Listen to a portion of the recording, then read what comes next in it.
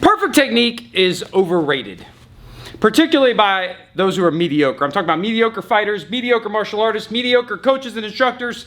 They're always talking about perfect technique. Oh, when you throw this hand, like where your hands have to be, what your hips have to do, what your feet cannot do, you know, never, always, that sort of thing. It's also mediocre. There's a time and a place when someone's a beginner and you've got to teach them the fundamentals that you're supposed to do that. But if you want to inject some flavor, make your striking a little more dynamic, interesting, and ultimately more effective and strategic, you got to do everything wrong. What do I mean by everything wrong? I mean everything wrong. We're going to throw straights from the lead hand. We're going to throw jabs from the rear hand. We're going to throw lead hooks from the rear hand. We're going to move our head while looking at the floor. We're going to load up our punches. We're going to telegraph our punches, and we're going to punch using our arm muscles. We're going to do everything wrong. These are the guys, you've seen these guys commenting, oh, at 1 minute and 46 seconds, his left elbow flared up while he threw his right hand. I wonder how they can reconcile this idea that you have to do techniques a certain way when faced with if you slow down any footage of high-level fighters, UFC champions, world boxing champions. I saw a video of Jose Aldo hitting pads once, and if you didn't know who he was, you'd be like, that dude sucks. And there are plenty of you guys posting videos of you hitting pads where you look like $1 million. No one knows who the fuck you are. So we're going to inject some flavor, make our striking more interesting. Let's start, like all good combos, with the lead hand. So we know a good jab, right? That's what you do with your lead hand. You jab, right? You throw me a jab, right? Oh my God, it's beautiful. But you didn't put your right hand up by your face and you snap the jab out. Yeah.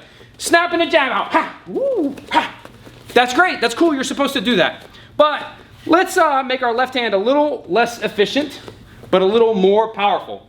Now, it's not going to be the most powerful punch. I'm going to do a lot of things wrong.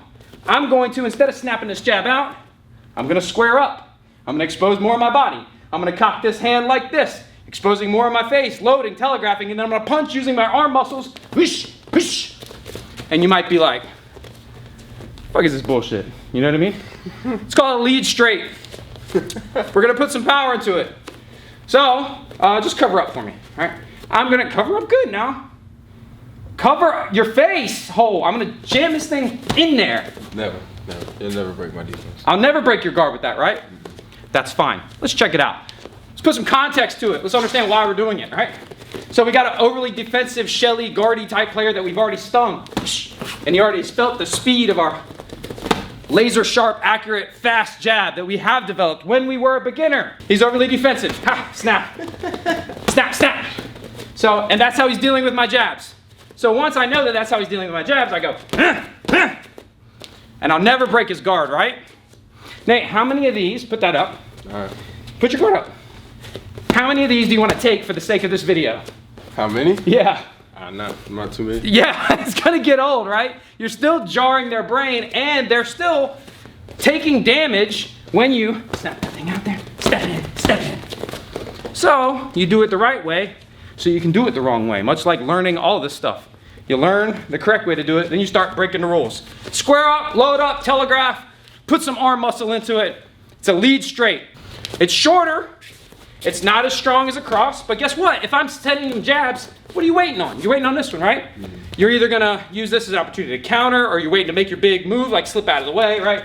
He's waiting on that right. So, pepper him with these, step in.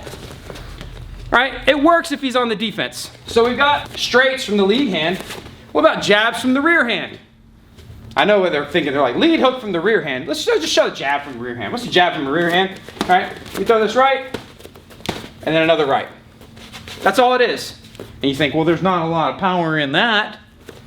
There's not a lot of power in that regular ass jab that you were throwing from your lead hand. Now we're just throwing it from the other hand. Why does it work? Because in vanilla, boring, basic, beginner, mediocre striking, what are we doing? 1, 1, 2, right? Jab, jab, cross. All right, jab, jab, cross. Now it's your turn to do something, right? No, it's not. You're gonna capitalize on him thinking that you're as mediocre as he is.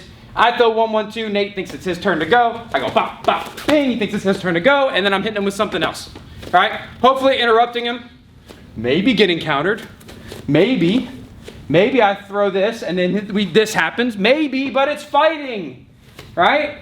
Everyone hems up guys when they try to post their bag work and people are like ripping them apart about where their hands are and this and that and the other. But then when like high level dudes in slow-mo, when you slow it down and they're fighting for world titles and they're fighting like this, no one's got anything to say. It's such like an appeal to authority, you know what I mean? Like just, oh, because he's that, like no one calls that. You're gonna screw these techniques up. You're gonna do stuff that you're not supposed to do. Why not practice at making those less than ideal moments a little less than ideal? See if you can follow that one. But let's talk about the lead hook from the rear hand. Inquiring minds want to know. Lead hook from the rear hand. Let's say Nate is doing his good vanilla, jabbing me, trying to keep me at bay, and I got my hands down because we're doing everything wrong, and that's how I'm doing it, right?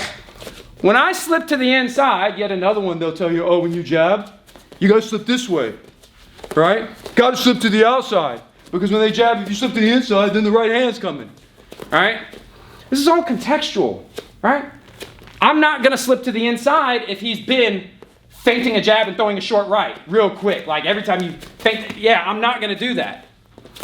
You just don't do it if he does that. But if he's maybe standing more bladed and he's just holding his right hand high and he's just using that jab and that's all he's been doing and you've been working on slipping that jab, then you have more leeway about when and where you could slip. That's how we're gonna throw this lead hook from the rear hand. That's confusing. I'll explain. This is my weapon that I'm using. I want to put it closer to him so it gets there faster. The trade-off is it will have less power. This is a full power right hand. Boom. I would kill a man with that punch. Right? Maybe I don't want to kill him just yet. Maybe I just want to just do that, like that lead jab. False lead jabs. Maybe that's not too weird. People have seen that, right? You kind of like that. You can lunge with it like the Bizarro punch. But this false lead hook, people are like, that's not a real thing. And I'm going to show it, and you're going to say, that's not a real thing. And I've seen it in just about every UFC card used to great effect. I'm moving my head, right? With my hands down sometimes. Give me some jabs. Boom, boom, boom, boom, boom, boom. When I get here, false lead, I'm not going to throw this, which I guess we probably will in a second since that's wrong. I'm not going to throw this, right? I just slip, and I just, boop.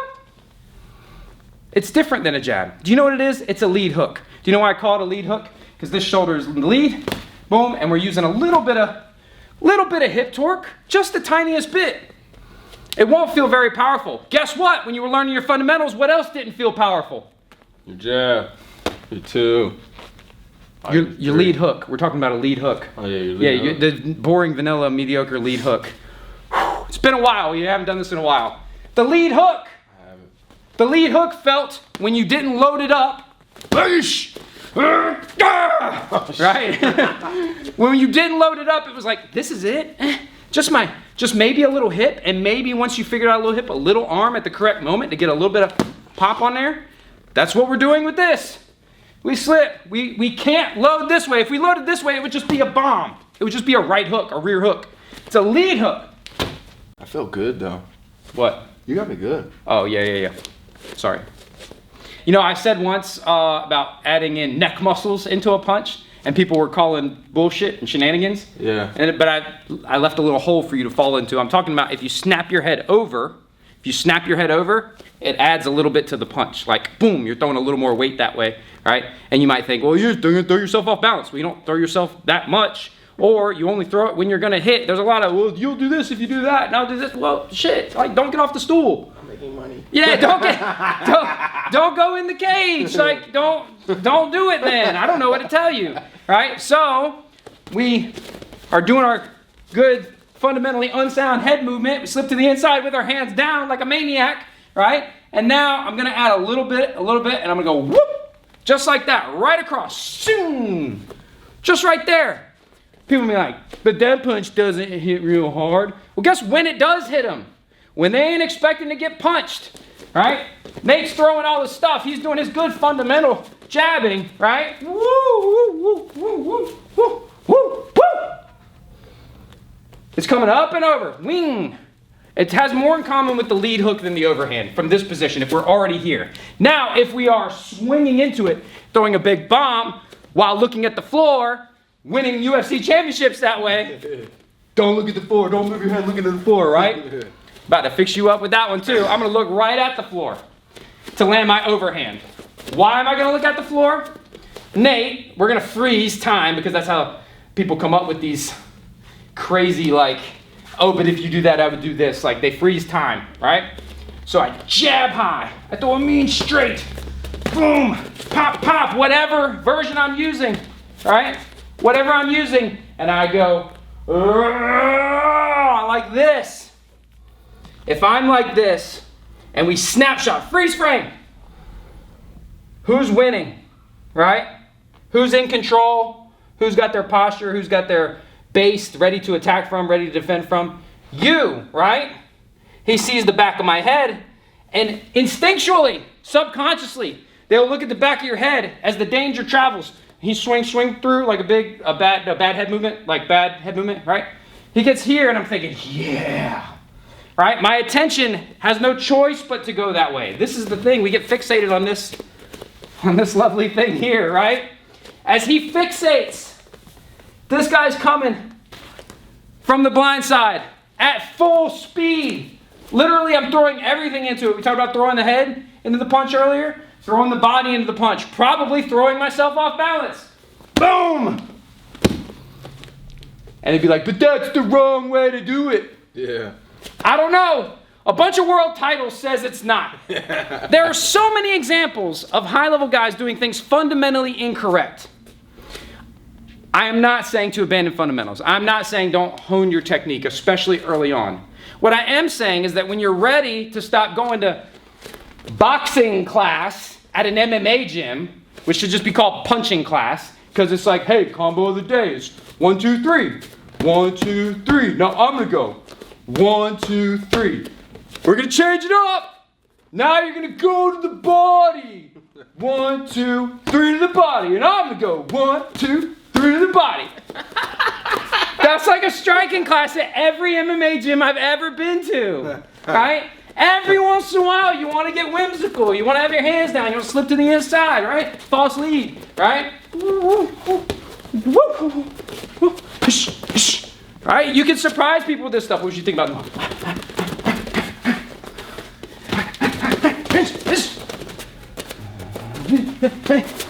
Yeah. Yeah. Get whimsical. Have some flavor. Be interesting. Stop.